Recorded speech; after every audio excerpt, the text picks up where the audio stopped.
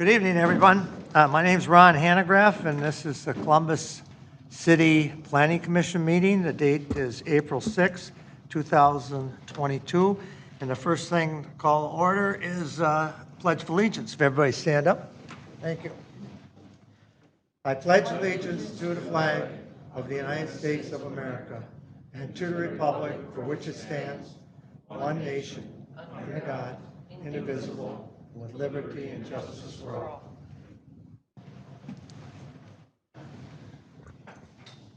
Thank you. Item 3 on the agenda is approval of the meeting's agenda for tonight. Anybody want to? This is Barb, so moved. Anybody want to second it? This is Bob, second. Any other questions or anything? None? Having none, we'll take a vote. Chris? Chris, aye. Ron, aye. Barb, aye. Bob, aye. And I was just going to ask Ben, do we have to say who's all here tonight on us, our attendance? Or I maybe think should- right there would have been attendance would be fine Oh. enough, but I do think the roll call voting is still going to be applicable. Okay, fine, thank you. And we have to say our name? Yeah, Chris, yeah. Okay. Item number 4 on the agenda is the approval of March 16th, 2022 Planning Commission meeting minutes. Anybody want to make a motion? This is Barb, so moved. This is Chris, I'll second. We'll take a vote. Chris, aye. Ron, aye. Barb, aye. Bob, aye. We'll go to item number 5 on the agenda, motion approval of March 16th, 2022 public hearing meeting minutes, 13528 Lake Drive Northeast, CUP amendment, Blake Drilling Company. This is Bob. I move to approve. This is Barb, I'll second. Take a vote. Chris, aye. Ron, aye. Barb, aye. Bob, aye. Thank you. We'll go to item number 6. It's a presentation and discussion, Blaine Brothers Truck Align, non-binding concept review, agenda pages 1 through 6.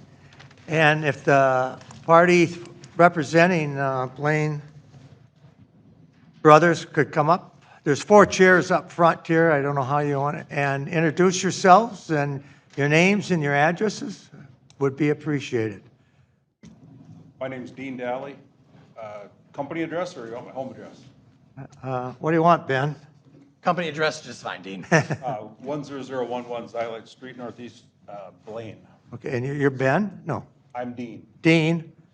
Mike Brass, broker representing them, 2533 8th Street, Lake Township. Kurt Strandland, Classic Construction. We've built most of their facilities, working with them on this one. Okay, because I don't know if they can hear you through the microphone, but if you could give your address, then. 18542 Ulysses Street Northeast, East Bethel. Thank you. And the 4th? Tucker Daly, Blaine Brothers Companies, same address, 10011 Xylite Street Northeast, Blaine, Minnesota 55449. My hearing's pretty bad, but your first name again? Tucker? Tucker. Yes, sir. Okay. Caught me off guard there. Thank you. Do you want to take this over, Ben, or do you want me to do it? You're doing just fine, Chair. Okay, well, you got a concept you want us to listen to, so if you'll explain, whoever wants to do the talking up there, if it's Dean or Tucker or somebody who wants to explain what your operation is and where you'd like to put it, and go from there, and we'll ask you some questions. But just brief us on your business and what you do, and it's kind of like your plan that you gave us, but we can get into it. Included in the packet is a brief history on our companies. There's actually 4 different business entities that make up the companies. Truck Align being one of them, a company that we purchased in 2013. They are outgrowing their current facility, and we are looking to put them in a new, updated, more efficient space, improve our services to the customers and to our guys that work in that facility.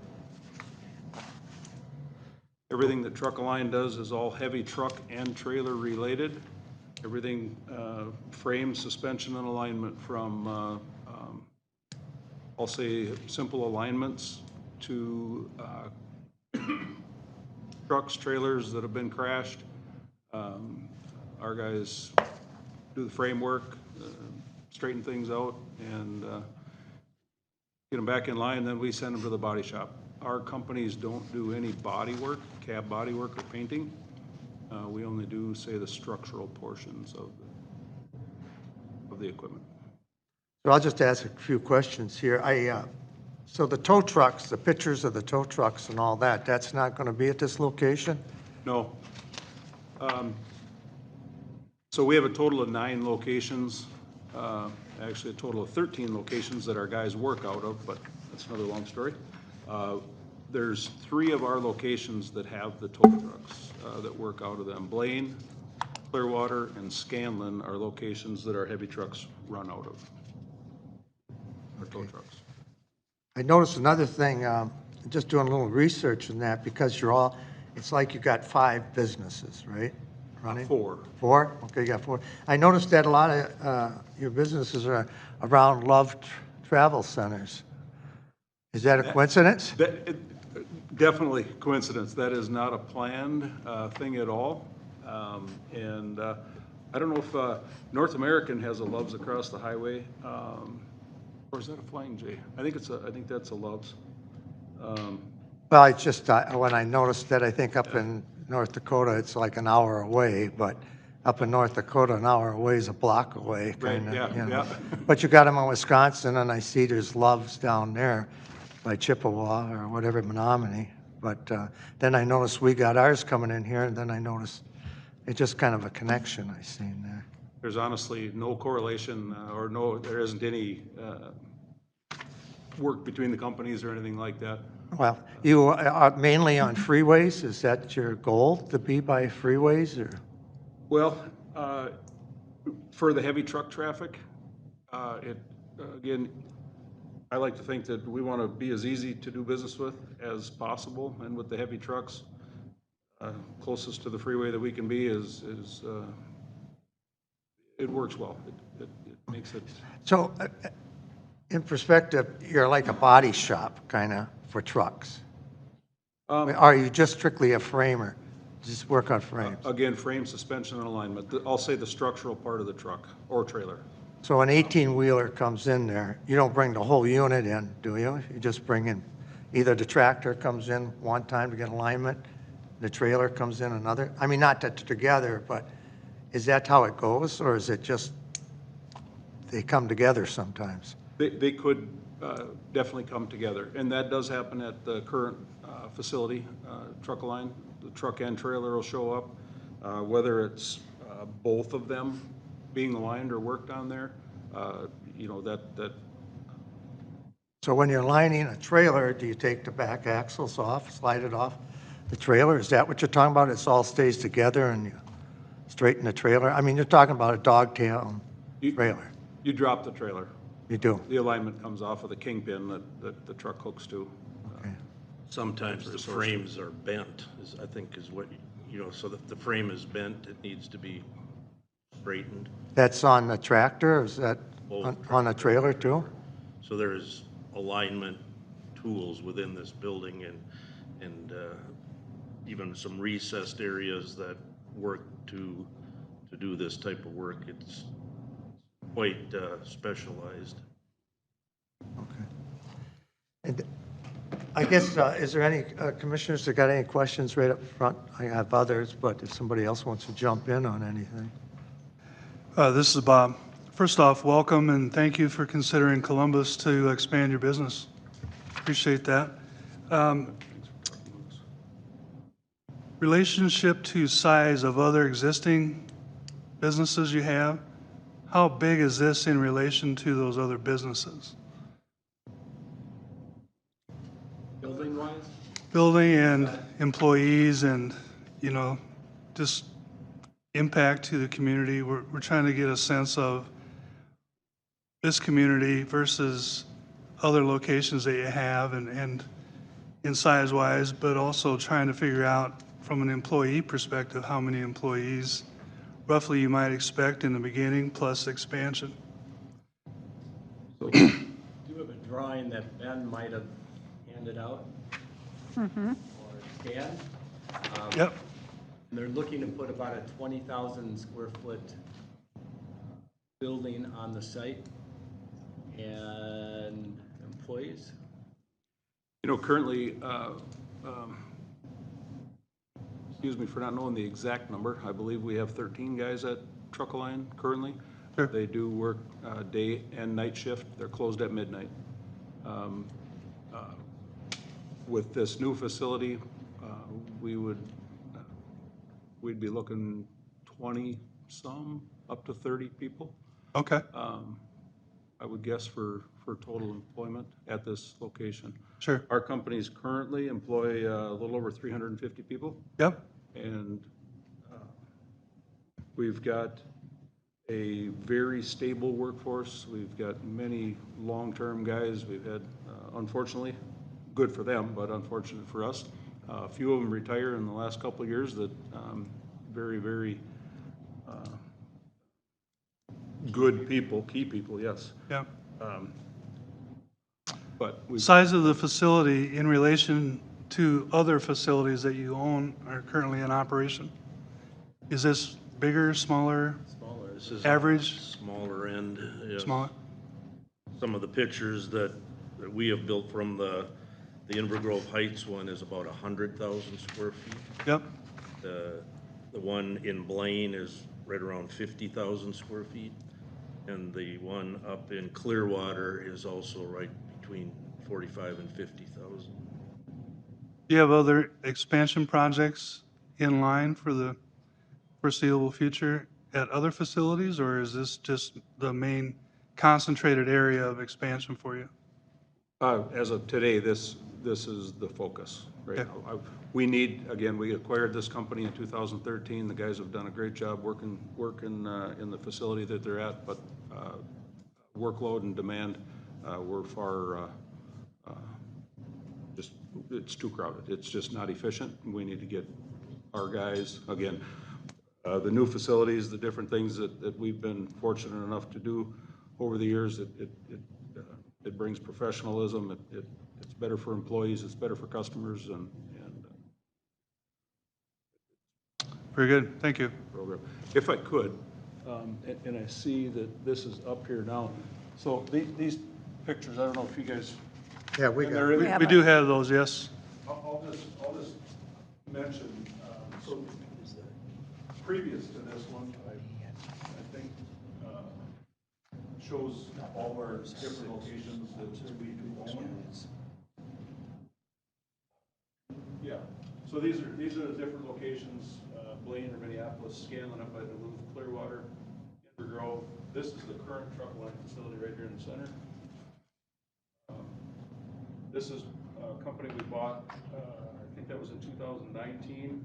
It's over in Baldwin, Wisconsin, Chippewa Falls. This is actually, correct myself here, this is a leased facility over in Chippewa Falls. We just opened that in October. This is Stanley, or Dakota, we own that, and Fridley. Over here is our hydraulic company.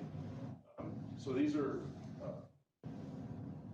locations that our guys all work out of. Now that next screen, next page, these are all facilities that have been built 2002, 2006.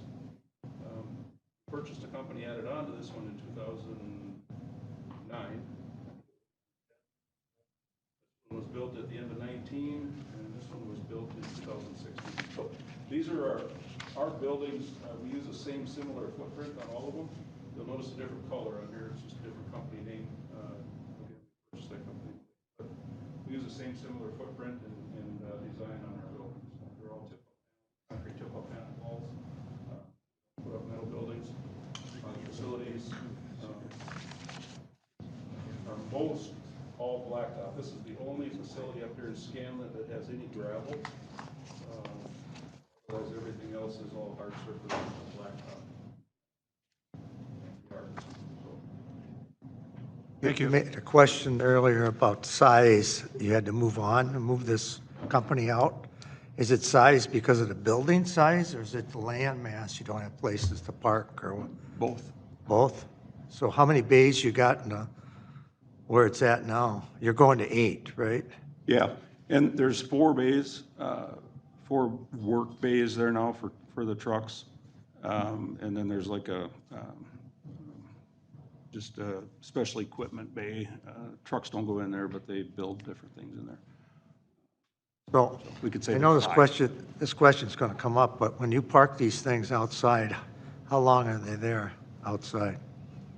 That varies. It depends on the severity of the work or the, just how bad the piece is. Sometimes it's parts related that it's delayed. I did mention it I believe in the write-up. One thing we don't do, we're not in the salvage business. We don't use salvage parts.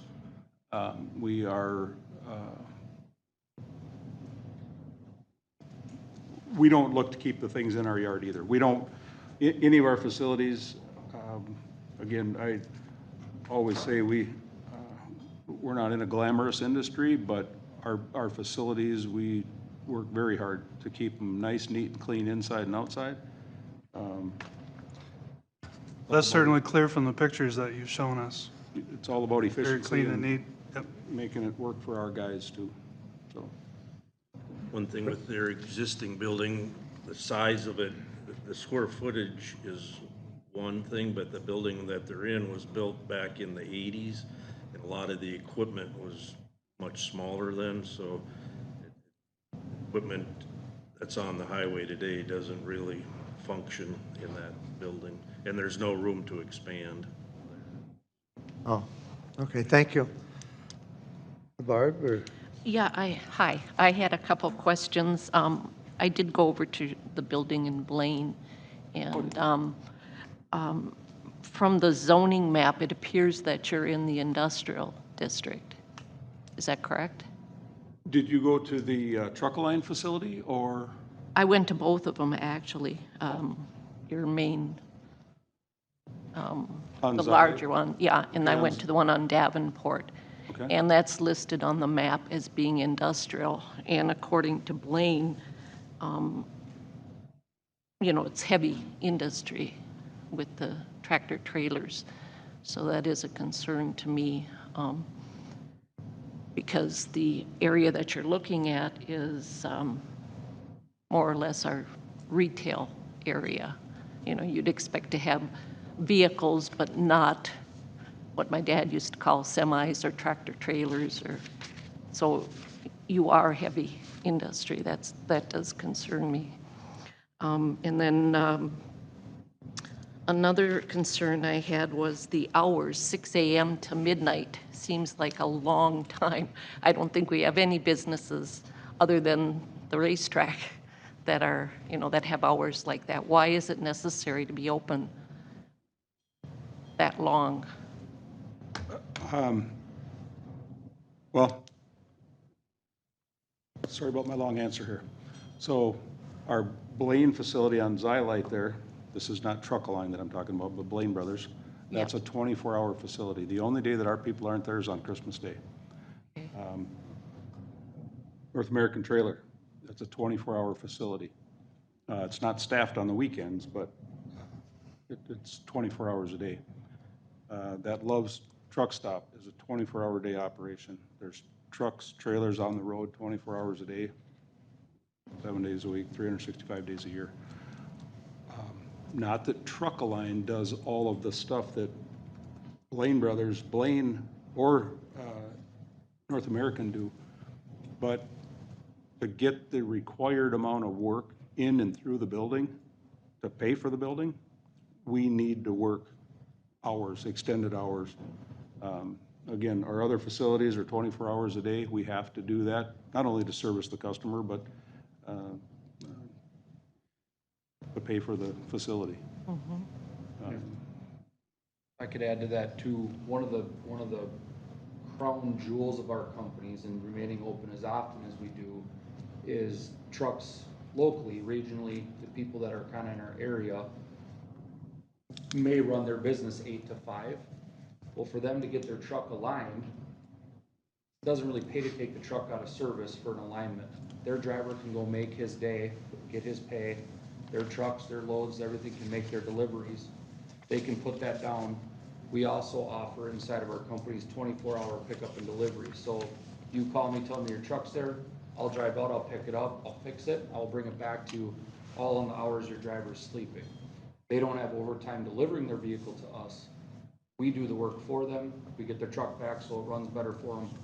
And that's another reason why, because on the 8 to 5 day, that truck's parked from 6 PM till 6 AM. Opportune time to get that truck fixed so it's still operational the following day.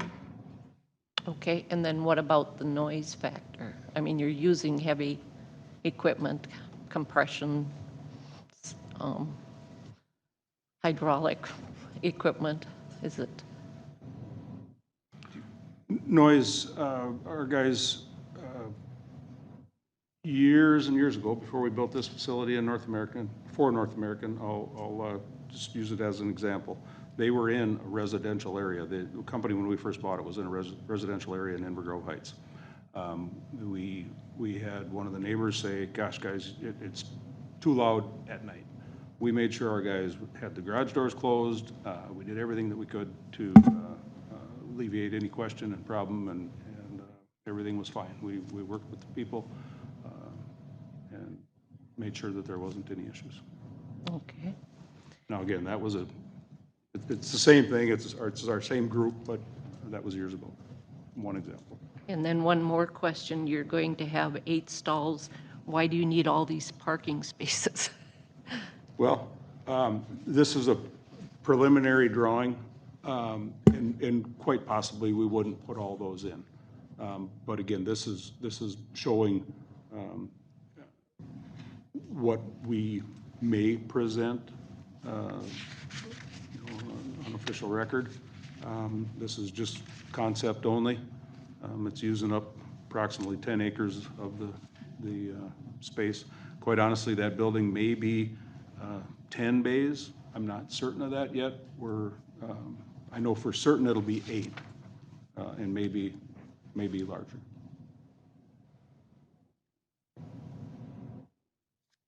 I guess that's all I have. Anybody else? Hi, I'm Chris. My biggest question is in that area, you're limited to 50% of your square footage of your building for outdoor storage. And is that something reasonable that you can stay within? I'm glad you asked that question. I wanted to follow up on my answer to it, and I think both these pertain. One thing that is crucial to our business, and again, efficiency for our guys. One reason we need, if you look at any one of our facilities, they're large parking lots.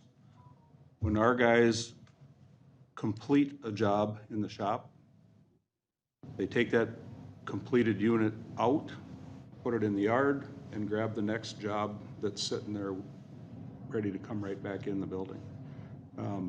We don't have downtime or our guys standing around, waiting around for work. It's something that not all companies like ours do, but it's something that we've found is absolutely critical to our operation, being efficient and being able to get work done. So to answer your question in regards to the 50%, I can't answer that just specifically, but But you do realize that that is part of the zoning in that area, that is the ordinance, and you would definitely have to stay within those parameters to be able to be in that area, in my opinion. I mean, that's what it is. And then the other, I believe you guys were looking at just a tip-up building and knowing this is a highway commercial area, and the ordinance in there, talks about architectural features. I mean, we're not looking at just tip-up concrete buildings. So those are a couple of my concerns is, You know, are you able to fall into those parameters? Because that is that area. And I think Barb brought up, you know, the industrial. Is there a reason that you didn't look more in the light industrial for your location? Light industrial wouldn't allow us in. We need to be in heavy industrial. Well, I meant for the zoning area, that the light industrial area on our map, instead of, right now, you're looking in highway commercial, which, to me, you're more light industrial. And is there a reason you didn't look in that area of our city? Further down the highway a little. Ben, can you kind of pull up map just so that they see what I'm talking about? They try and, they're kind of retail, whereas they try and stay very easy to find and to get to for their clients. And I guess most cities don't look at vehicles as outside storage. You have employee parking and then the vehicles that you're fixing. And as Dean said, they don't have any, anything that's done gets delivered back. They don't store anything sitting. But I guess a lot of cities don't. I suppose it's based on interpretation. I mean, one person can look at vehicles sitting out there waiting to be picked up or waiting to be serviced as outside storage. So it really is interpretation. But again, looking at the light industrial of that area, which I still feel you fit more in that area than in the highway commercial. There, you're allowed 200% outdoor storage compared to 50%. And then the design criteria goes down a little too. Technically, they should be in the commercial industrial area with the heavy vehicles, you know, according to our ordinances. See what you're looking at on that map right there? That's light industrial. No, That's Yep. high density, yeah. the pink area where you're at, I believe, isn't that right, Ben?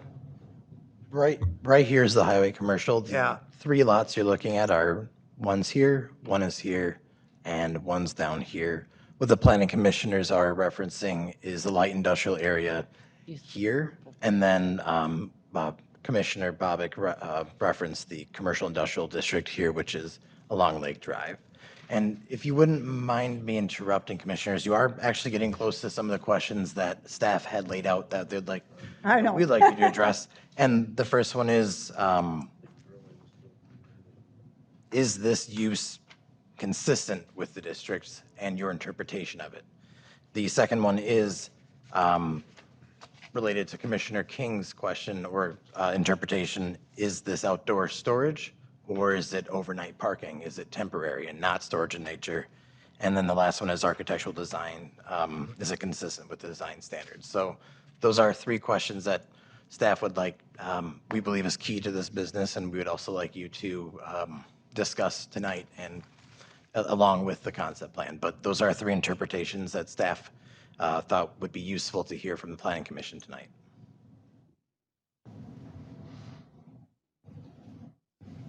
And you can find those on page 13 of the packet.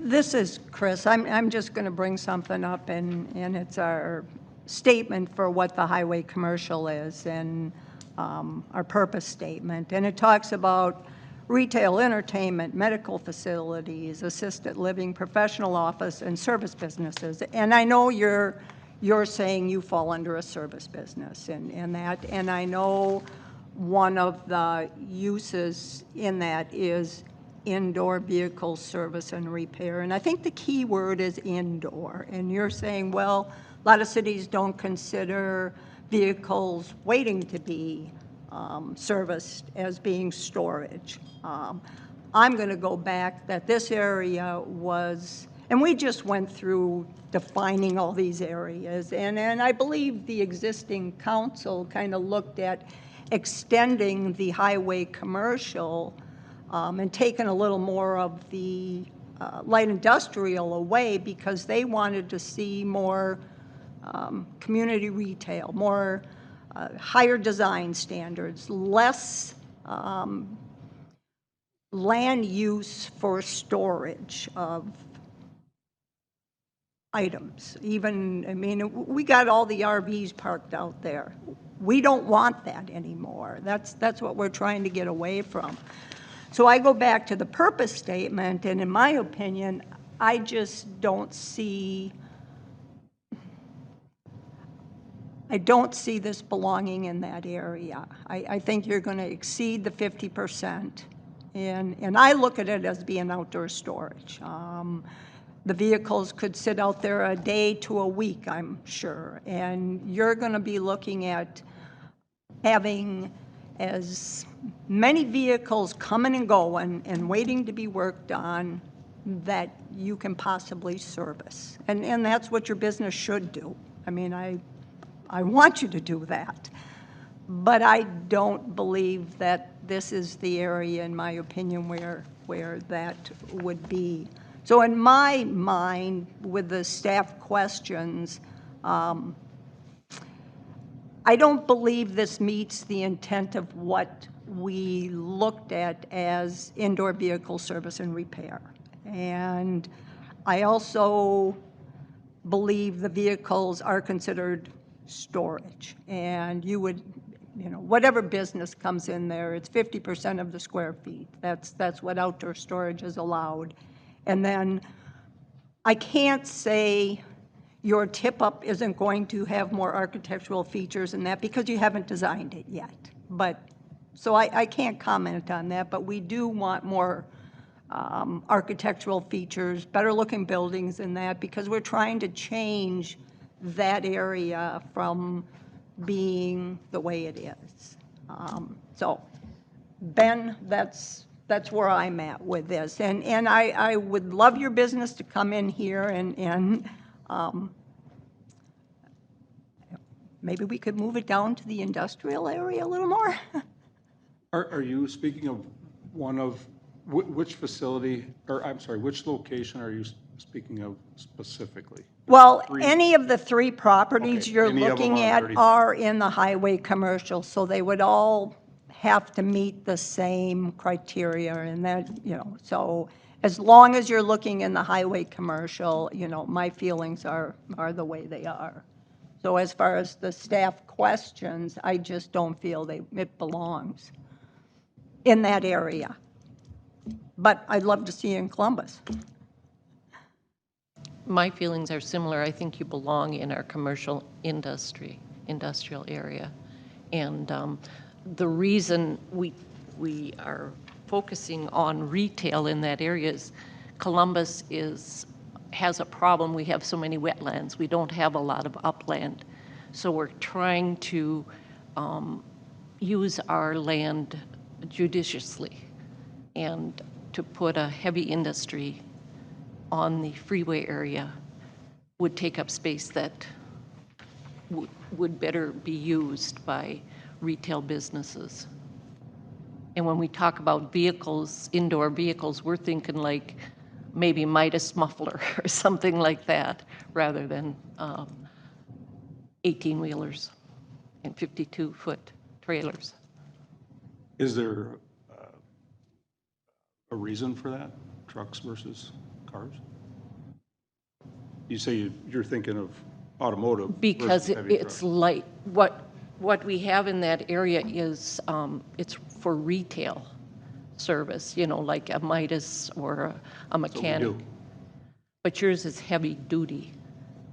Nobody would confuse an 18-wheeler with a pickup truck, So that's what we're trying for in the freeway area, is businesses that the community can use, because we don't have a lot of businesses in Columbus, and that's what we're trying to, we don't even have a grocery store. We have to go to Forest Lake or Hugo.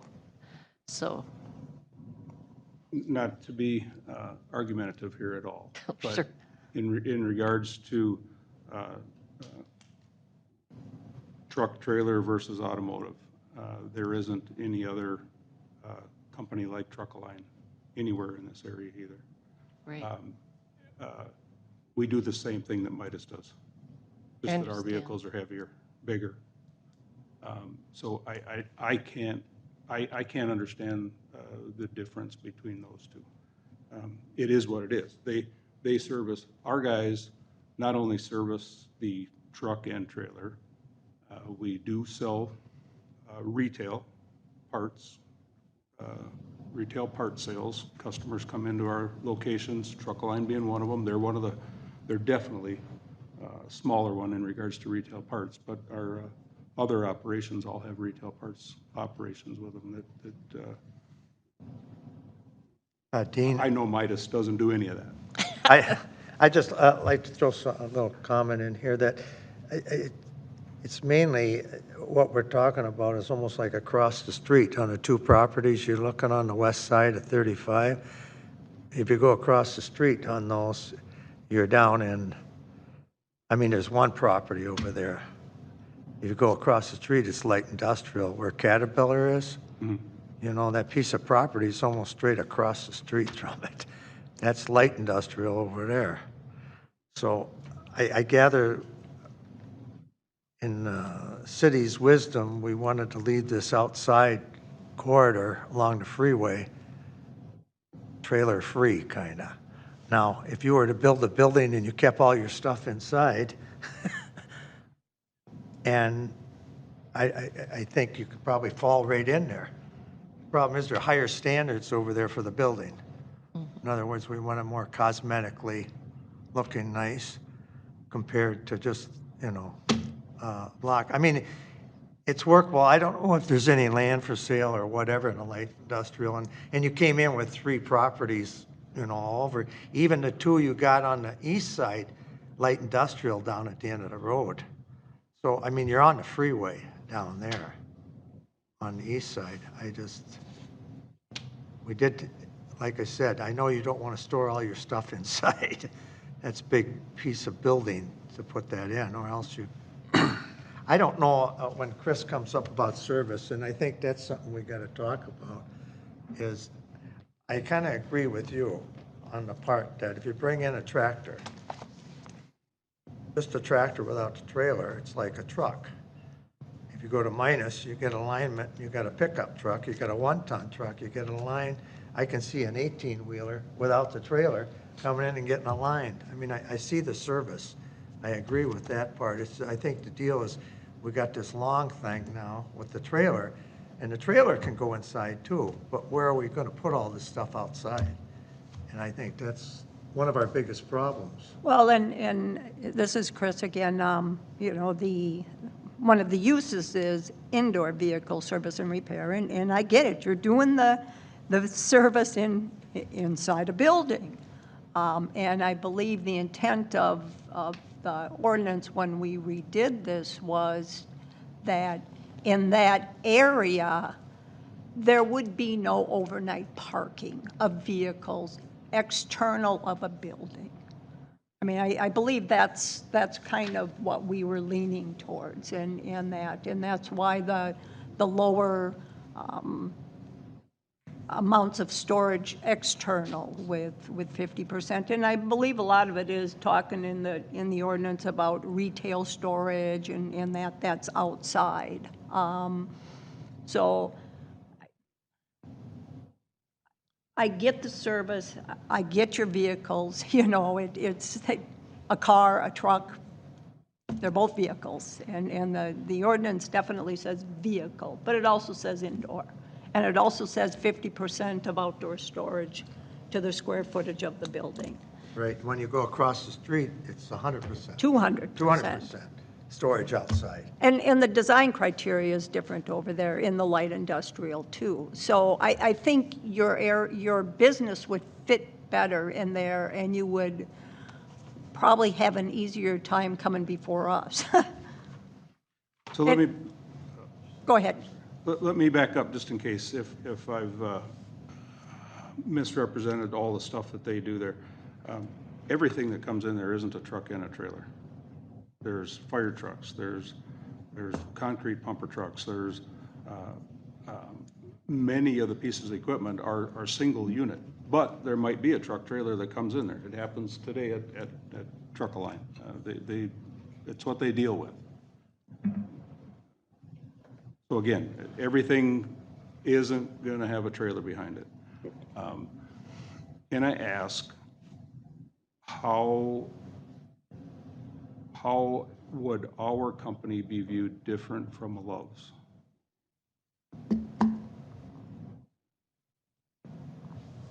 That's a good question, It is a good question. because Love's parks a lot of trucks overnight. Yes, sir. There, I understand that. And we made them put a berm up and trees up to block it. And, you know, I look at it, and sometimes we're kicking ourselves in the butt, because if you look at Bear Homes, they got trailers sitting out there up against the warehouse for a week. Yeah, but that wasn't on our watch either. Well, I know, but it's, and I don't think Bear Homes is going anywhere tomorrow. It's a tough question. Well, Well, and, oh, go ahead, Barb. what I would say is Love's is contributing to the residents of Columbus. We can go there and get groceries. We can, you know, there are going to be 2 restaurants. It's a totally different situation. But in one other item is, one of the uses under a conditional use permit there is a vehicle travel center. And it specifies that, and that's what Love's is. And they have the trucks that come in and they sleep overnight and they pull out. And that's a travel center, and that was approved. You're going to have vehicles stored there too. And I know it's a service, and you're saying that's not considered storage, but they could be stored out there for a week. And, you know, and looking at some of your site pictures too that you presented us, they have a lot of vehicles stored out there. I mean, there's vehicles all over, and that's your business. You know, they're 2 different businesses, 2 different uses, based on the ordinance. So the zoning is slightly different where Love's is? Is that what Right. I'm hearing? Well, no, it's the same. It's still highway commercial, I believe, is it not? No. No, it's, Oh, it's General. general, General yes, commercial. yes. General commercial. Yeah. So, and that's it's allowable a use little there. different on that one. Yeah. It's, Couple follow-up questions. This is Bob. Roughly how many trucks per day are we speaking to? Vehicles per day? Vehicles per week? Can you give us some idea as to the scope of volume? Coming in and out of the facility? Yeah, on a daily basis or a weekly basis, or? I guess I would, It depends on the severity of the repair, I understand that, but on average, and you've got good representation from your existing facility that will tell you how many trucks per day and how many trucks per week. there's probably, I'm kind of guessing, but going off of,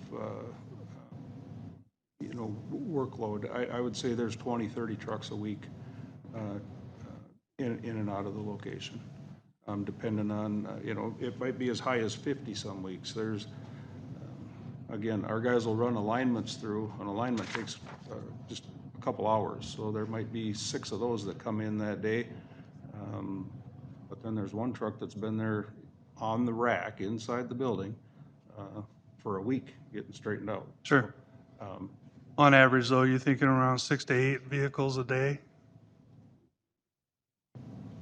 I would say more than that. More than that?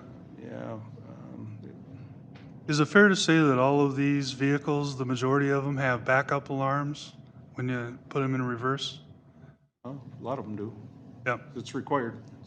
So OSHA. yeah. And so from the hours of like 5 PM to midnight, there could be a lot of dinging going on from your facility, moving traffic around?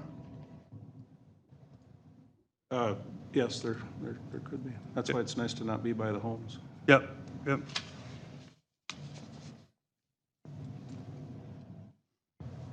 The interstate probably makes more noise than our backup alarm. It's hard to get away Sorry. from that, I yes. I agree. Sorry. Yeah. Traffic noise on the freeway is loud. One of the things that we try to balance as commissioners is this highway commercial area and how your project would fit in relation to other businesses that might be attracted to the area in the future. And so the challenge that we have is trying to find balance in how we approve these site plans and different things like that. So, because of the area that you're at, and it's all fairly new developed area, it's all fairly new zoned area, we have the task of trying to best utilize the land for the intent of how we want to see our city grow. And that's why we're having all these questions, and you're asking tough questions back at us too, and you're making us think a little bit too, but that's good dialogue to have. We just want to make sure that you understand that the balance that we try to relay back to you is in terms of how it's going to fit into our community. So Sure. that's the reason for the questions. No, understood. And I don't mean to be argumentative at all. Yeah, don't You're worry not. about that. You're cool. You're trying- You're good. not argumentative. Just trying to. You're good. Why don't we go to this real quick? The staff questions for the planning commission. Why don't we just, regardless of the property location, is the Right. purpose. Is that business? We're talking indoor vehicle service repair, does that include this? Working on trucks or trailers? Maybe we should answer that question. Is that's what the staff is Right. asking for us? So why don't we go to A? Do you consider this falling within our ordinance? This is Chris, I do not. Okay. I don't Bob? see it as, Yeah, this is Bob. I certainly see the purpose of the indoor vehicle service and repair, but I also have concerns about the outside parking and overnight parking and 2 or 3 days in a row parking kind of thing. So in that regard, I don't think it really fits in that area. Well, I'm just answering the question here, and the parking's another issue. I think it does fall in the indoor service vehicle, but that's just me. That's fine. Okay, I don't know. We'll go down to question number B. In relation to vehicle service business, when vehicle and equipment are waiting for their turn to be serviced and parked outside, does it count as outdoor storage? That is regulated by the rule that requires outdoor storage of retail goods, vehicles, and equipment not exceeding 50% of the gross square feet of the combined building floor area. Should we answer that question? This is Bob.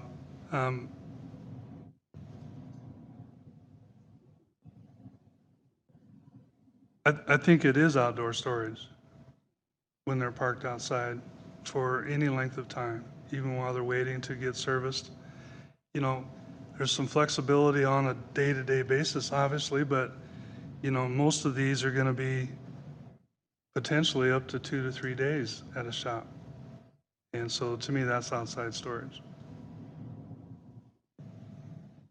And I would like to go back to A, because I do agree it's indoor.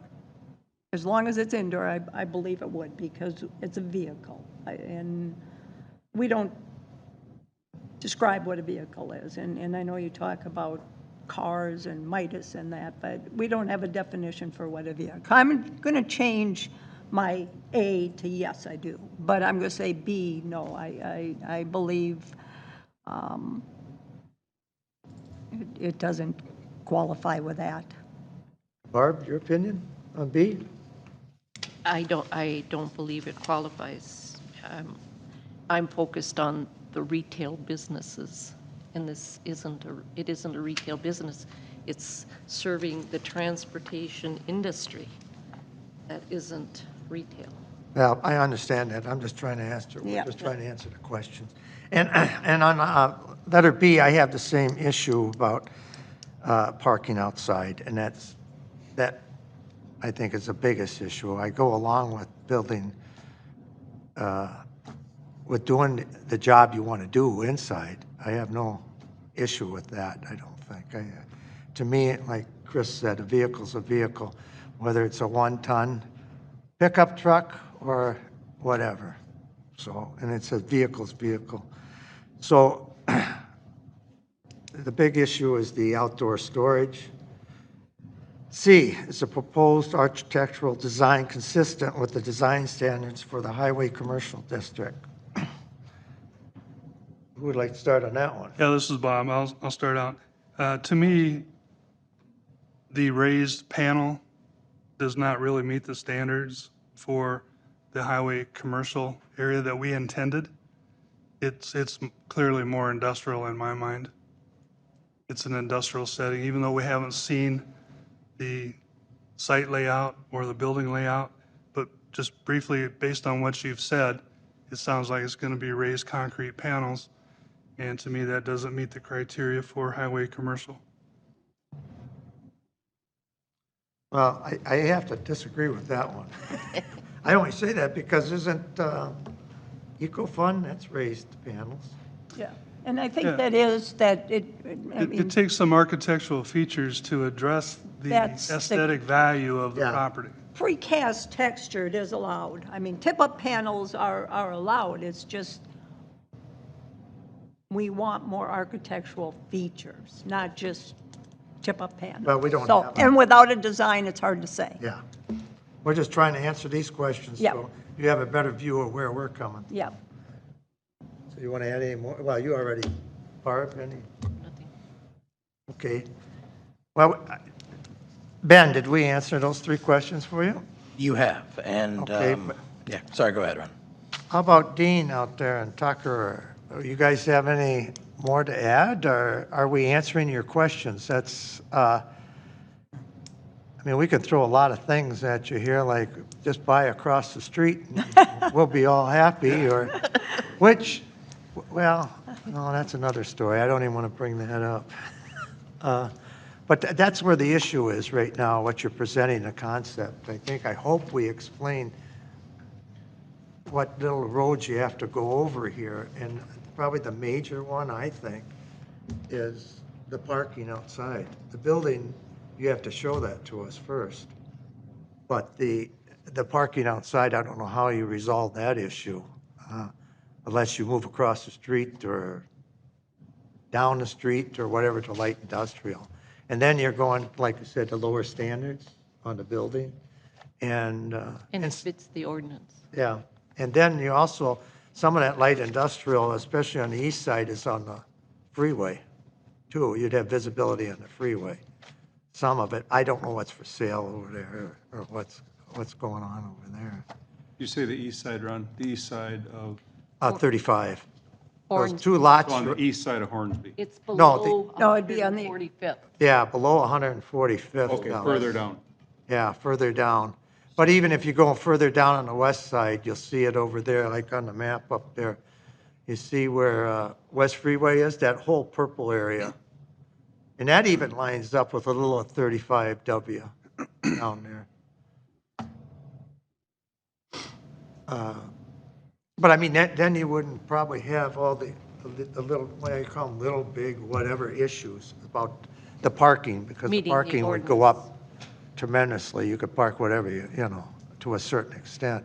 Yeah, don't say whatever. Well, you could go 200% above your square footage. And So, the distance isn't that far, really.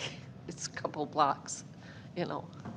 but, yeah, So if I can explain one thought that I had, again, we want, whatever it is, if it's a heavy truck or a heavy truck and trailer or whatever vehicle's coming in, the best thing for us, it's no different than that Love's being right at the corner. We want to be as close, it's safer for the truck coming in. He's not messing with automotive as much. It's closer to the intersection, as close as we can be to that intersection to get back on the interstate. It's better for us. It is one of the reasons. Initially, it was the main reason why I didn't want to be on the west side, because our work, I'm going to say the majority of our work comes from the cities. So when they come up, they have to exit. They go through a stoplight, another stoplight, and then down and around a roundabout, and then a mile down the road to get to the location, whether it's at Caterpillar or whatever. So again, they've got to do all the reverse darn near coming back. It's just, again, it seems like a minor thing, but in my mind, it's all about making it as easy and convenient to be in and out, and as quick to be in and out as they can be. Again, we have retail customers that come up or that come to the current location just to buy parts. They need parts for their own work. So again, it's easier, it's faster, and we're already kind of stretching it anyway with miles. People running up this far to buy whatever they may need. The easier we can make it, the safer we can make it, we feel is the best. I hear what you guys are saying. Again, we want our buildings to look very nice. We don't want them messy. We want them to look architecturally nice. You can look at the buildings. No, they look nice. We paint them. We don't just do concrete. Yep. We paint them. It's no different than the home warehouse there, or Bear, whatever it is. We're not that tall on our concrete panels, but we make sure that they look nice. Yeah, I don't know how your business plan is, but I mean, we're just kind of opening this up for you. It's great to have you here talking about it, and, you know, we'll do whatever we can, you know, to get you up here. It's, and maybe you could bend a little, I don't know, take your truck somewhere else when you're done. And I don't know, it's council that makes the decisions, but we kind of filter out and tell you where the ordinances are. Yeah, no, I Stuff like appreciate it. that. Again, it's good conversation, and we need to hear the. Anybody else have any questions up here? No. Nope. You got any questions, guys? Tucker, anybody? Did we answer all yours? I think so. Did we answer everything? You know, everything Yeah, was in we that understand your handout and Yeah. understand our companies a little bit? Here's something off the record, though. Okay. Does the red door mean anything to you? Uh-oh. So did you go there? I've been there. Okay. How long ago? Oh, this is years ago. This is when cars had cigarette lighters. Okay, perfect. Back when things were good. Yeah. Was that your dad that owned that? So my dad bought that back in, I forget what year, early 90, and he was there until, I forget, maybe 6, 7, 8 years. Just noticed your name, and Yeah, that's kinda- my dad. yeah, put two, for people, the Red Door is a resort up in Mille Lacs. Oh, Yep. Oh, So it's not some sleazy bar. Yeah. Well, he had a bar there too, but I don't think it was sleazy anyways. No, it wasn't. It was, I spent a few days there, so. a few days. Well, not at the bar. In the fishing. bar, okay. you're getting yourself in deeper. Yeah. Right. I thought the name sounded familiar, and there's not that many names, so, anyway. He, when he bought that, it had the old barn and everything still on it where the bar was, and he built the small motel on the property. And then, Well, I must have been there about a couple months after that, then. okay, The 90s he bought it? early 90s, if I remember correctly. Oh, I Yeah, thought it would was have the been like 80s, 92. but, you know, time flies, so. So Was in it the always the 80s. Red Door? I'm sorry? Was it always the Red Door, or did he? Yes. Oh, Yeah, it was owned by, what I was told anyway, an elderly woman still had it in the end when he bought it. Her son was trying to run it, and it just wasn't really being well cared for, and so your dad, did he start this business then, Blaine Brothers? Blaine Brothers was started by my dad and his brother in 1979, just out of an old Ford pickup truck. Oh, Yes. So one old pickup truck, and they just did on-site service for almost a year, and then they rented a tiny little one-bay shop in Blaine. That's where the name came from, Blaine Brothers. And bought his brother out in 1983. My dad left the company in 1994. And I eventually bought him out, and it's been myself and a lot of really good guys ever since. So. Well, great. It looks like you're doing a good job Right. if you're adding all these businesses. So we want to welcome you here. So just devise something. Bring it back. I got a great plan. Believe me. I think you do. You do. And I think Thank you, guys. Columbus is a place to come. All right. Thank you.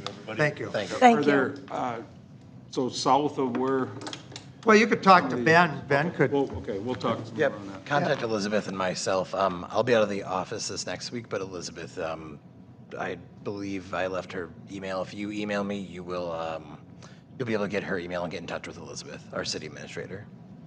Excuse me, did you even look at the commercial area? I mean, because that's between the two freeways on Lake Drive. So back there, so you're talking on 23 then? Yep. So, again, in my mind of the trucks, the easier we can make the on-off from the interstate, the better. Again, we have to deal with stoplights, we have to deal with cars, we have to deal with whatever else back on 23. There's intersections, there's anything else, and we own tow trucks too. And so we get to see some of those different things that happen, and so, again, I'm going too far saying tow trucks, but there's, Understood. Sewer and water plays some role in. you bet, Oh. you So bet. that isn't available there, oh, I suppose, yeah. both for fire suppression and floor drains. You do a lot of fire trucks? Or- Yes. You do? We do a lot for Rosenbauer, we do a lot for the different cities, and, you bet. School Rose- buses. Oh, Rosenbauer, they must have all new stuff. They shouldn't be aligned, should they? It's surprising how much work we do with Rosenbauer. Oh, Not only alignments, but different things that they have to have done before the units are shipped, and oh, lots of stuff. well, great, great. They're close by. Yep. Well, thank you for coming. Yeah, Appreciate very it. much. guys. Thank you, I- thank you. Hope we see you again. Yeah, I'd really like to continue, or have you continue to consider the highway frontage, but, because that is my favorite spot. Okay. Thank you. Perfect. No, Thank you for your time. thank you. you. Thank you.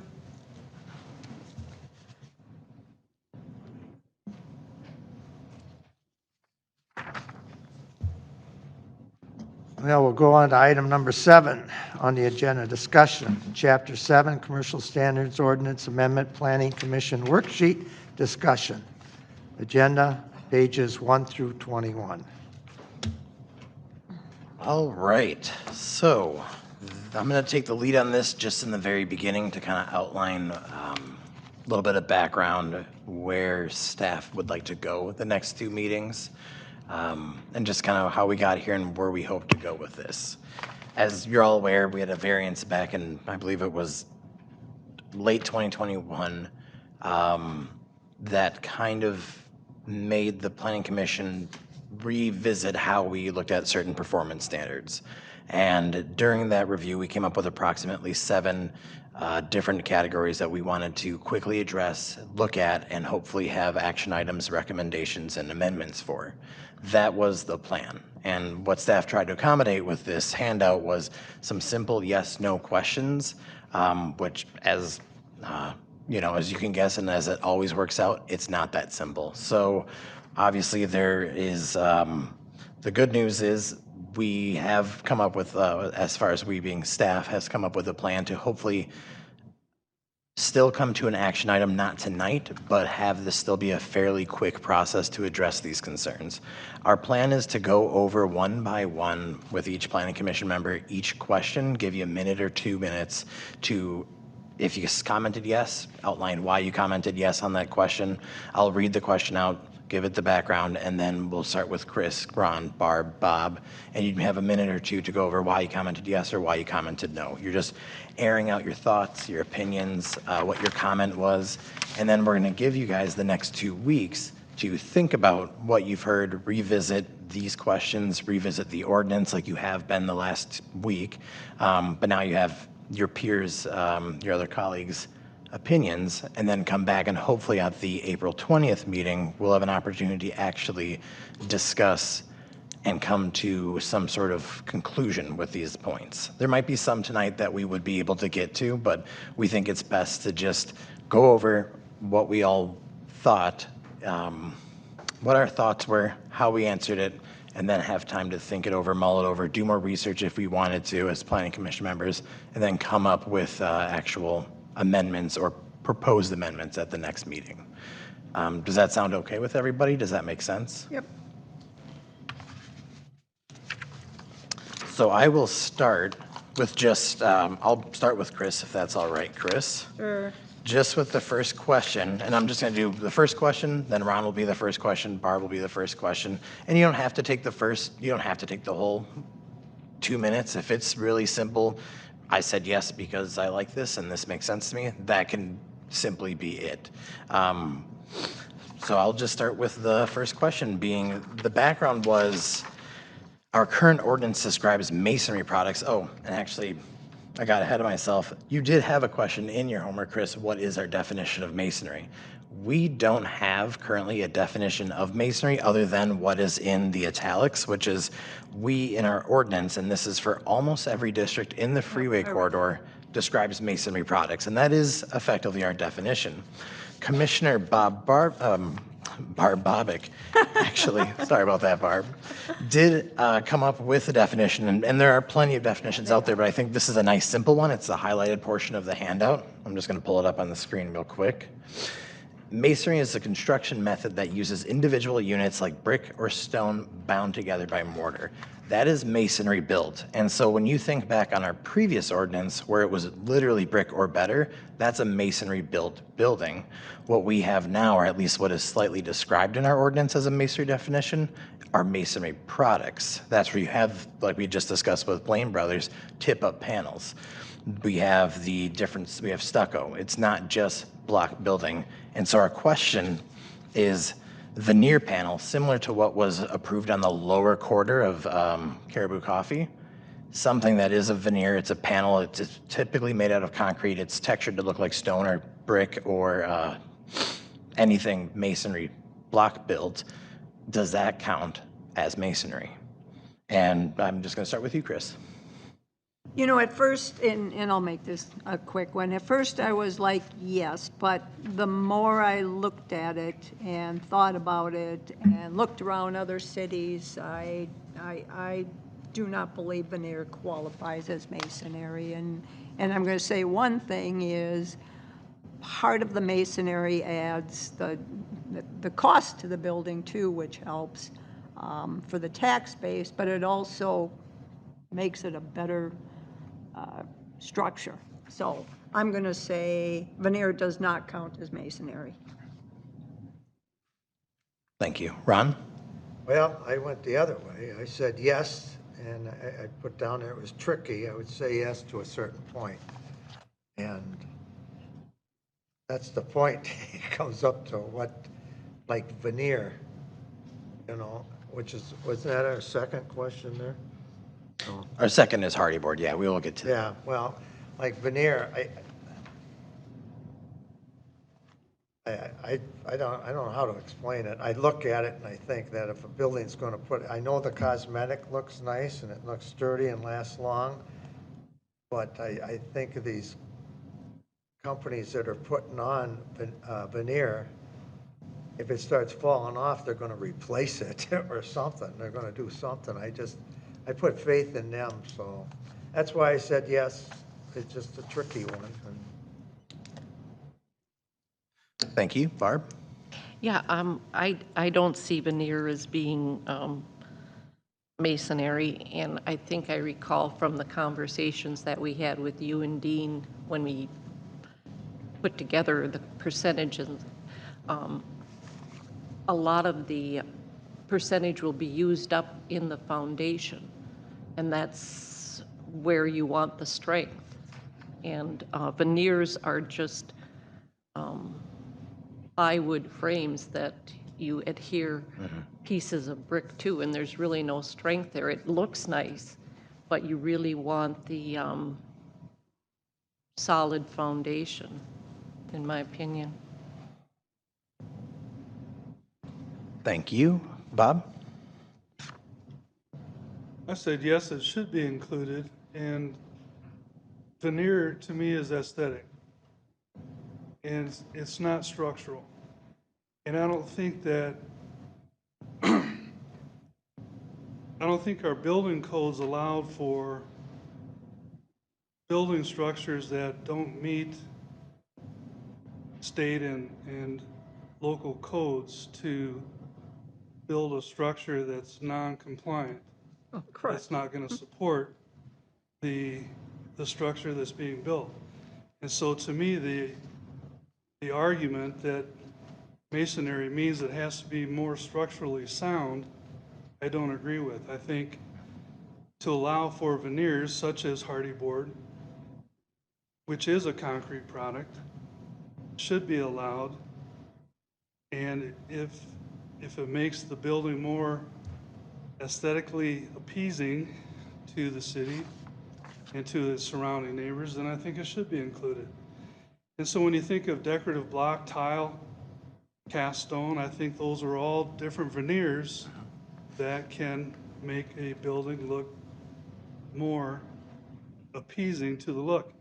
And it can be over the top of precast walls. It could be attached to the outside of that. It doesn't have to be a plywood panel. Some of these precast buildings have styrofoam built in, and you can put stucco right on the styrofoam. So to me, that's an aesthetic aspect of commercial development. And so, I don't know, to me, the answer is yes. Thank you. I will go on to, and obviously throughout this, it's not to stifle conversation. We do want to make sure that anyone, if there's a question, another comment, don't worry about calling back to it. But we do just want to make sure that everyone does have an opportunity to put their comments on the table, so we have the next 2 weeks to think it over and come back and actually spend a whole 2 hours, because we have nothing on the agenda to actually work this out and come up with a good recommendation for our council members to review. The second question is related to hardy board, and as I've written in the hardy board is this, and as Commissioner Behrens just noted, it's a durable product that has been adequate as a masonry alternative. It's made out of concrete. It has actually been brought up to the Planning Commission members, council members, and staff multiple times in the last 2 years, and very recently the Caribou. So the question is, do we consider hardy board to be a masonry product that would count towards the total masonry percentage required? And I'll start with Chrissy. Yeah, and I said, I'm still on the fence on this, because if it's a veneer, then I just got done saying, no, I don't agree with veneers. And if we look at it as a concrete product, then, it's a concrete product. So, part of, I think some of it, and Elizabeth had brought this up before with the masonry aspect, was that it cost more to use masonry products in building than it does just veneers. And part of that is to add to the price of the building, which helps the tax base and everything else. So it just, all of this is kind of, I don't know, juggling act to me sometimes. So I'm on the fence. This is Ron. I'm kind of like Chris. It's a tricky question. I'm worried about the word total. Yep. Towards the total. And I think of Caribou, and that's 50% or whatever. And I looked at Caribou being so small and the square footage that when it was all concrete, it didn't look right. But when they put the hardy board in, it looked okay, in my opinion. So I'm kind of on the fence, but I said no. It should, but my no is more towards the total, the adding. I mean, I think hardy board is a concrete substance. I think it's pretty well known, it's out there. So I'm not going to rattle on, I'll give it to Barb. Thank you. Well, I actually looked up the construction industry's definition, and according to them, hardy board is not a masonry product. So we can all have our opinions, but with the construction company, they don't consider it a masonry product. As far as being a part of a building, I don't have a problem with it being a part of the building. You know, we don't need brick, but I think it shouldn't be a major part of the building. It's decorative, not stable.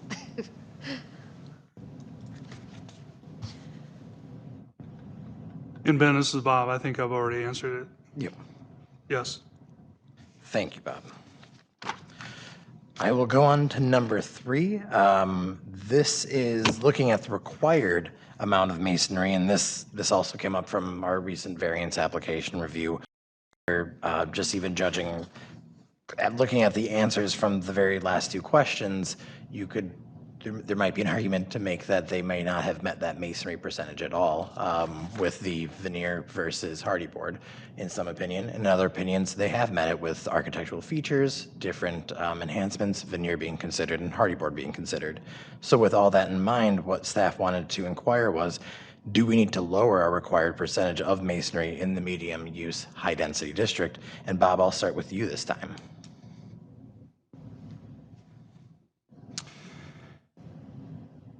The challenge I had on this one is I don't have the background discussion around 80%. Is the 80%, was that an arbitrary number, or was there some survey data to back up the fact that it's more consistent at an 80% level versus a 70%? To me, 80% seems excessive, and so to answer the question, do we need to lower our required percentage of masonry in this zoning district? I said yes, by 10%, down to 70%. Thank you.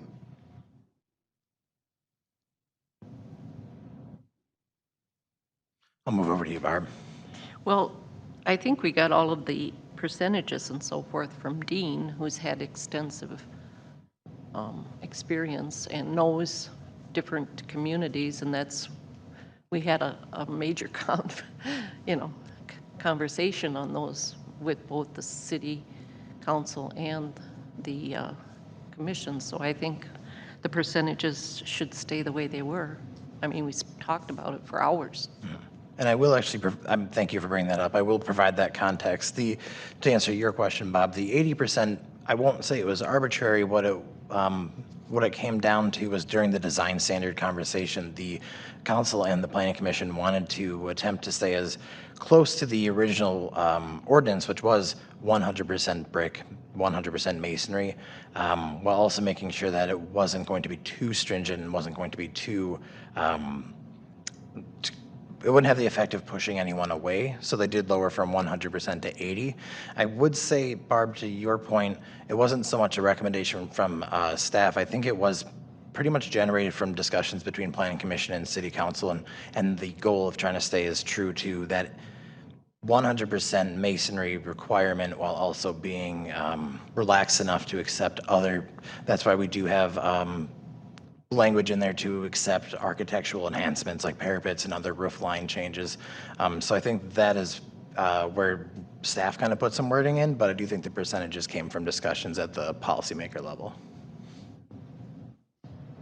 Ron? I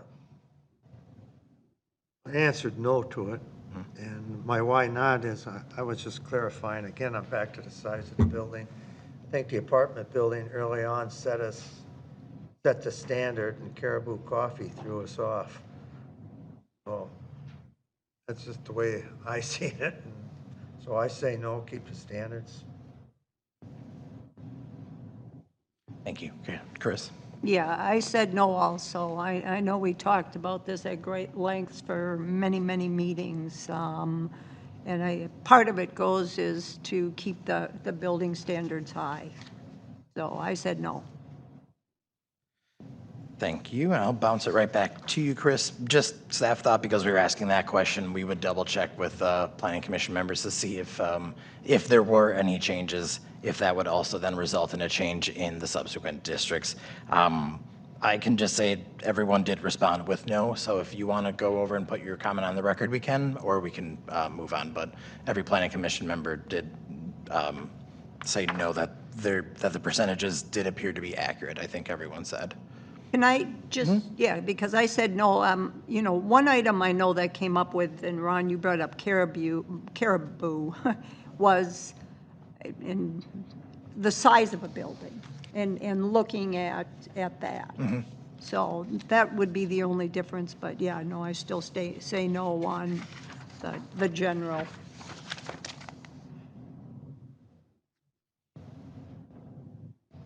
Thank you. I think we'll actually get to something along that line. Number 4, this was discussing the lighting. And so during the caribou process, they did come in with, they would call it decorative lighting, just very low very low wattage, very low lumen output, just lights to have on 2 on every facade of the building as part of their, they would probably call it their architectural design. But it did peel back the cover of our lighting ordinance, kind of trying to create this one-size-fits-all for regulations, and therefore also kind of limiting what kind of lights, if you read the code literally, what kind of lights you would be able to put on your building. And actually, our city administrator, Elizabeth, found the language that is recommended in number B, or letter B, and were there any questions on the language? Because again, it does appear that all of the planning commission members did say, yes, this language does appear to adequately address the concerns. I just want to make sure everyone understood it and didn't have any questions or comments they'd want to put on the record. Nope. Okay. Then number 5, that is the building size. So obviously with Caribou Cabin being a smaller building, on a smaller lot, but a much smaller building than what you would see in other coffee stores or in retail outlets in that district that were to be expected, there was the question of investigating different methods of creating minimum building size standards. We initially started it with what was mentioned today. If you want 1,000 square feet of outdoor storage and you're in the highway commercial district, you need to build a 2,000 square foot building. We try to address it with outdoor storage. Obviously, that is not applicable to every use. So the question for the planning commission members were, do we need to look at other methods to maybe investigate encouraging larger building or a closer 1-to-1 ratio for building size to lot size? And again, all of the planning commission members did note yes on this answer, but I did want to, again, take the opportunity. Does anyone want to comment on that? Okay. Yeah. The only other item I have with that is the design standards too. Sorry. As far as, well, and again, going back to Caribou, because of the amount of masonry products and everything else, part of what we talked about is if we have smaller buildings, even maybe we need to look at altering our percentages.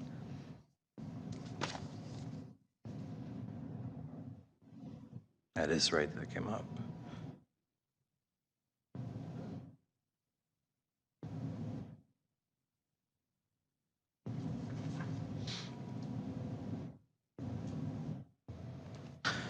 So this was also obviously directly related to Caribou. The next question, number 6, I apologize, I'm not going along with this for those looking at home. Number 6 has to do with the corporate colors. So I mostly, so pretty much I should say 4 through 7 staff Did realize right off the bat, these are a little bit more in depth than just simple yes or no, so we weren't going to be able to bring, here's a proposed ordinance amendment for you, we have all the answers, and it was going to take a little bit more time, and we wanted to garner planning commission member and city council members' input while we were going along. And this one is no different. I will say I did find an example of corporate color requirements in an ordinance at Woodbury, and in one of their higher level districts, they only allowed, everything had to be 100% brick, and the only place they allowed corporate colors was 2 feet by 4 feet along the entrance doors of those buildings. That was the only place that you could put any sort of corporate branding, a logo, apart from the sign. So that was just one I found, and I thought we should probably do a little bit more research than just that going forward. But the question was, do we need to investigate other controls used to measure corporate identity and colors that don't match our current earth tone required building colors and designs?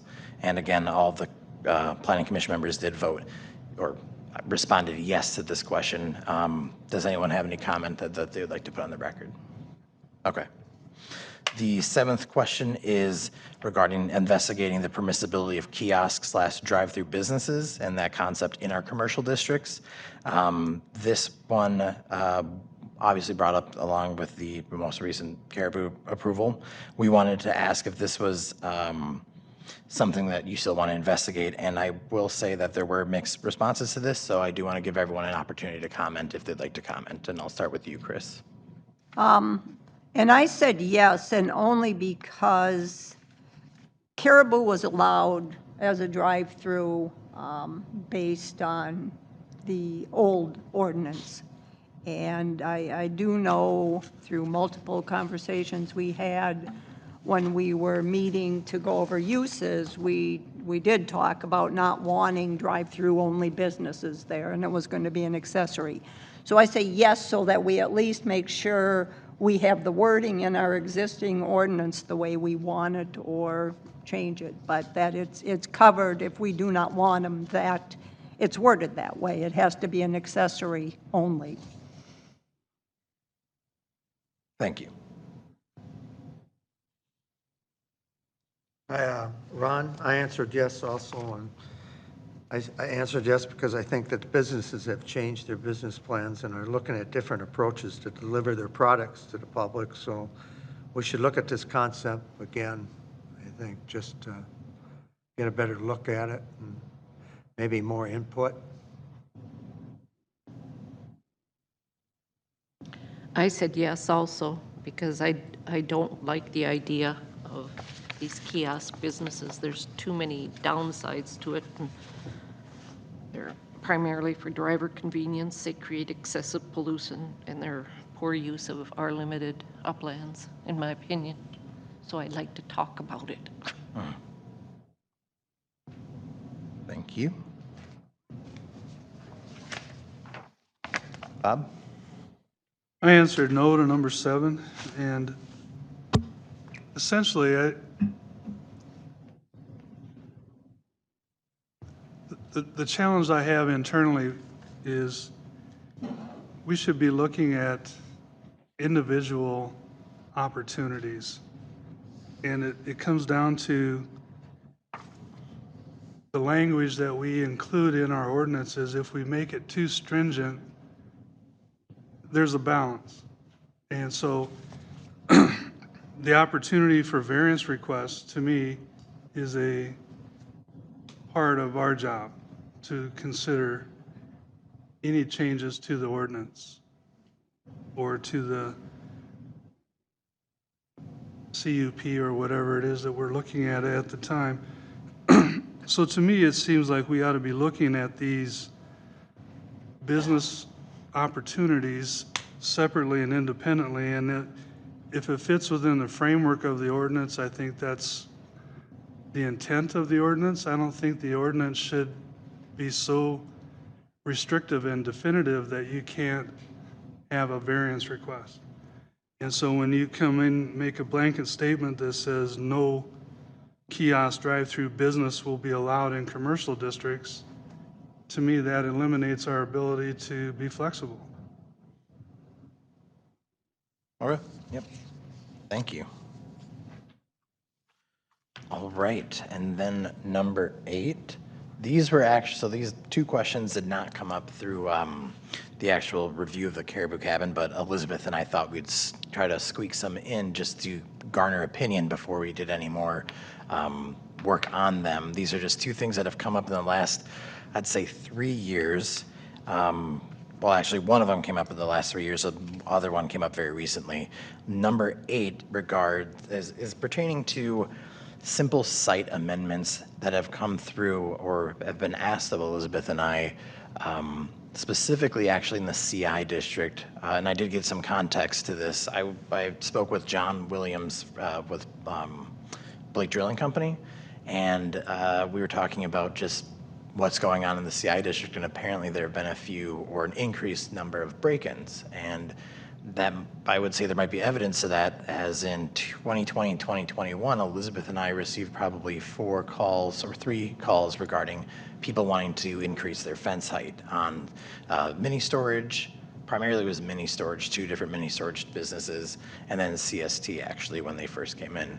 And what ultimately happened is with the 2 mini storages, they actually built fence heights that were under what was permitted through their CUP, so they didn't have to go through a formal process. They were able to go up 2 more feet, which was good for them, but it did beg the question to Elizabeth and I, should there be some kind of administrative process for minor changes like a landscape plan? Someone says they're going to put 3 aspen trees here. They don't have aspen at their local nursery, so instead they're going to go with red maple. That's a very minor change that wouldn't go through. But if someone did want to change their fence height or the height of their fence, that would likely have to go through a conditional use permit amendment. And Elizabeth and I were thinking it might be easier if it's a minor amendment such as that to not have to go through that process. And we wanted to garner feedback from the planning commissioners to see what they thought. And I will say this isn't for everything, like in the Blake Drilling Company example, that is a conditional use permit amendment. They're increasing the size of their building. That has to go through a review. That's just simply what it is.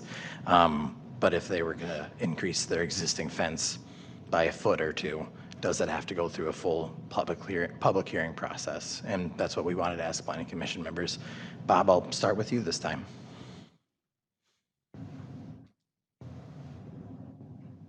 This is Bob. I can start with this. I was a little confused, Okay. but at the same time, I understood it, if that makes sense. Yeah. So to me, the issue is fencing in general, not just security fencing. And so even fencing for outdoor storage, concealment of garbage containers and different things. I know a lot of the applicants that come through our office here have different storage heights of different types of equipment and/or, storage appurtenances. And so we have the flexibility to determine the height of those fences, but directing it back north towards security, it seems like the project owner should be able to determine what that security fence should be and/or the height of it. And so I'm not sure it makes much sense from my perspective that we predicate what the height of that security fence or the strength of that security fence, whether it's barbed wire or anything else related to that. To me, that's a site plan decision that the project owner should make. But then I said, to answer the question, I said yes. Mainly because I think fencing in general is a topic of discussion. Yeah, and I think I think you described that perfectly. And one thing I do want to touch on is, and I think I wrote that in there, when it comes to a screening plan, or if it is part of, or if the landscape plan is part of a landscape plan, that would go back before Planning Commission and City Council, because like you just said, that already had gone through. It's something that does need review. It does have an ordinance on. And screening, or I should say security fencing, is just the most recent example. We haven't really, this is just something that's been rattling around in staff's mind a little bit, and we just wanted to get it out there and just see what the feedback was, and instead of investing more time into it, we wanted to hear if you guys thought, nope, always bring something to us. We want to make sure we know what's going on, and we can have that purview, or some of those smaller things, and we could obviously generate a list over time what those are and bring in a formal amendment to the ordinance, what those things could be, would work for us, and that's what we're just getting here tonight. So I think you hit the nail on the head. When it comes to decorative fencing or screening requirements, that would come back in. That is a change to the site plan. But if there's no screening required and it's just security, and in this case it was 2 more feet of barbed wire, bringing their 8-foot fence to 10, they're already a permitted 11-foot fence. And so they didn't have to go through, but the way our ordinance is written, that is a change. And they would have technically had to go through if they were trying to add 4 more feet of barbed wire, bring it up past that approved one. So thank you. I think you hit that on the head for at least understanding the question. Barb? Yeah, I guess I didn't understand either. I really hesitate to let people do anything without things in writing, so that was my concern, because we know from experience that people will do things that they shouldn't do. Yeah. But I certainly want to make it easier for you and Elizabeth to handle things that are clear cut. Yeah, no, and I know I'm not giving you a lot of really great examples, but I do appreciate that. Yeah, I appreciate that.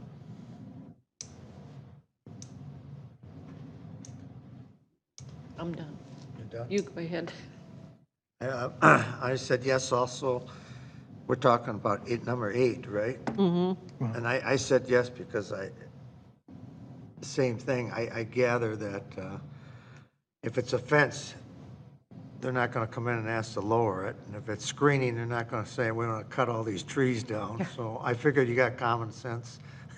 So you can handle it, and we don't need to. So, thank you. This is Chris, and I agree. For minor changes, I don't believe it's necessary for it to come back to the Planning Commission, go through the process, make it easy. Awesome. Thank you very much. And then on number 9, Chris, I'm just going to go and explain this because I think you wanted a little bit more information on this. Section 7A 801 is our dimension standards. We've recently turned that into a table with the new ordinance amendment, but it also had a lot of subscript with different things that were applicable, or different regulations that were applicable depending on where that district was. And in our previous ordinance, where we had the community retail, the commercial showroom, and light industrial districts, there was language affecting those districts that said parking may not occupy more than 1/3 of the required front yard area. So, for example, I believe in those districts, the front yard setback, I'll just go with the CI district. It's 75 feet. And so no more than 1/3 of that area could be parking. And in our previous ordinance, it excluded the CI district because when you go down that district, there are a few people, some will actually landscape the front area, they'll put their septic in the front area, but there are others that also have their staff parking in that front area because there is more buildable area closer to Lake Drive. And I think in an attempt to make everything consistent, staff added the CI district to that language when originally it was not added. And so we just wanted to bring that to Planning Commission's attention and see if you would like to leave that language in where no more than 1/3 of the parking.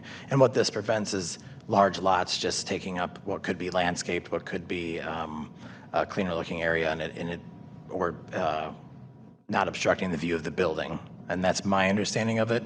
And we just wanted to see what the Planning Commission members' thoughts were. Does that answer kind of what you were questioning, So Chris? you're saying that before the CI district Was on Lake excluded. Drive, that was excluded? Correct. And that's because there's septic or landscaping or whatever. So by having it the way it is, It still frees up that area to be used for landscaping and septic. It just means now that they can't have more staff or customer parking in that front area than they were allowed in the past. And really, when you drive down Lake Drive, some already kind of adhered to that because that's where they would put the Right. septic, that's where they put landscaping, and others do have their parking in the front. So I couldn't tell you the origin of the 1/3 parking rule. Elizabeth might be able to speak to that, but We just noticed that it was an inconsistency that didn't get brought up earlier, and we wanted to bring it up now.